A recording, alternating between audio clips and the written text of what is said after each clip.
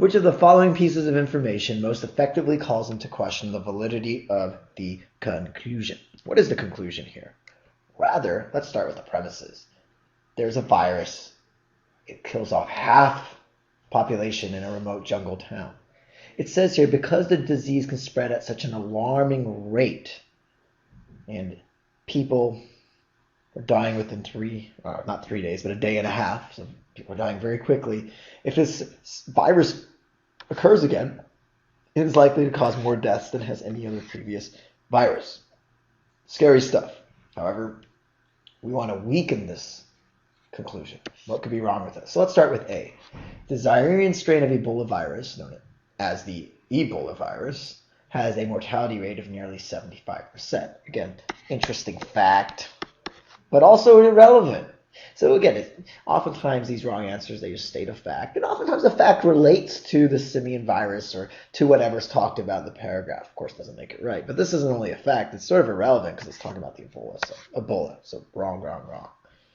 B, the village in which the outbreak of the unknown simian virus, at least we're dealing with relevancy here, occurred, is located in a country that has had several viral outbreaks in the last 2 decades. Now, just kind of general facts, viral outbreaks, maybe it was the Ebola virus, but we've gone off topic.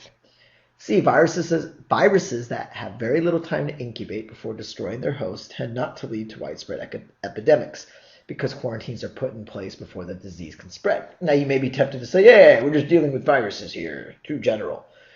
But don't discount it outright. What is it actually saying? So this is fine. Viruses have very little time to incubate before destroying their hosts. Oh, I see. This is actually referring to the type of virus in the paragraph we just read, because basically people get it and they die. And it says these type of viruses don't lead to widespread epidemics because quarantines are put in place. So you see, people have something. They are coughing, sneezing, coughing up blood. They are dying. Let's put them in a quarantine, in a place where they can't interact or infect other people. And therefore, we stop a widespread epidemic from happening, and we have effectively weakened the conclusion. Let's jump down here to E. Viruses tend to be most destructive in densely populated areas, oftentimes spreading amongst thousands of people before any quarantine can be put in place. So this is scary. If this simian virus were in a densely populated area, then maybe this conclusion would be valid.